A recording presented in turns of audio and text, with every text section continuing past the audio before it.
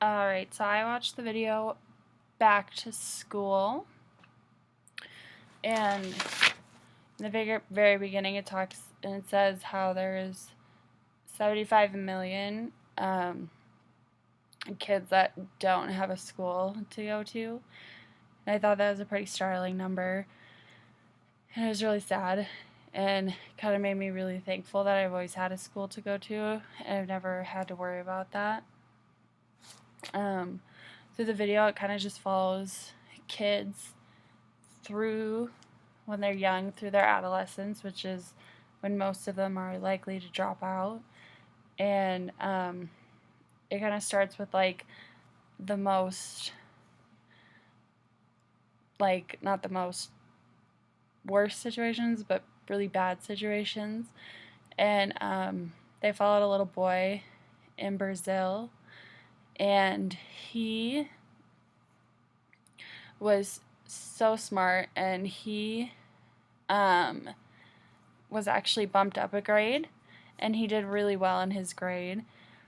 And like, even though his circumstances where he came from, like, his mom was a single mom and she worked all the time, and his sister kind of took care of him, and he did really well, and he moved up to the 5th grade, and he did really well in the 5th grade, but because of the influences that were waiting for him in middle school, he wasn't able to move up a grade because he was too young. And I feel like that's really interesting because in the US, if a child's smart enough to move up a grade, that's always really encouraged and it's a good thing. But there's such powerful influences, negative influences that would be on him in middle school, that he had to be held back. And it was really sad because his mom wasn't even there to be able to comfort him because she was working and she couldn't get off of work, but she had no other choice. And then there was a girl in India, I think, and she really, really likes school, and her mom actually really disliked the idea of school. She didn't understand why people needed education, and she said that she sent her brothers to school to get educated, and she's like, I don't know why, like, it didn't do anything for them. And so she doesn't understand why her daughter wants to get an education, and her mom just wants her to get married to a guy who has an education. And so her daughter goes to night school, and she has to go and miss school for like 4 months, which in the US is like illegal, I'm pretty sure. Like, that just, it doesn't happen. And so she had to miss school for 4 months, so she couldn't move up to the day school with all her friends, and she ended up just dropping out. And so I thought that was really sad because her dreams kind of changed from getting an education to just wanting to get married, and that was it. And just kind of following in her mother's footsteps, who never got an education.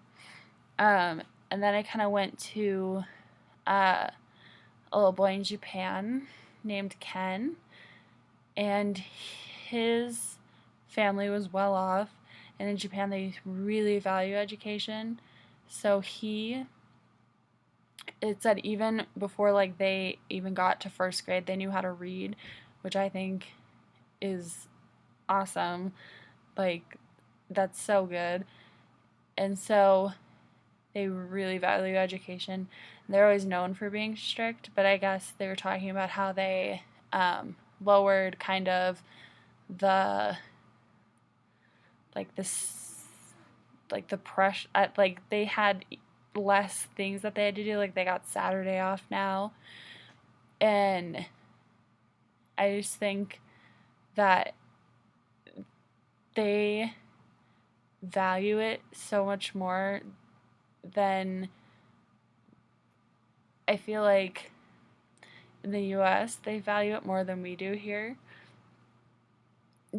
And their parents were really pushing them to be smart and to make something of themselves. And I'm sure that probably every single kid in that video from Japan will graduate high school and go to college because that's their main focus for them, for the kids. And I think that's a really good thing because they're going to be well educated and they're going to have a much better chance in life.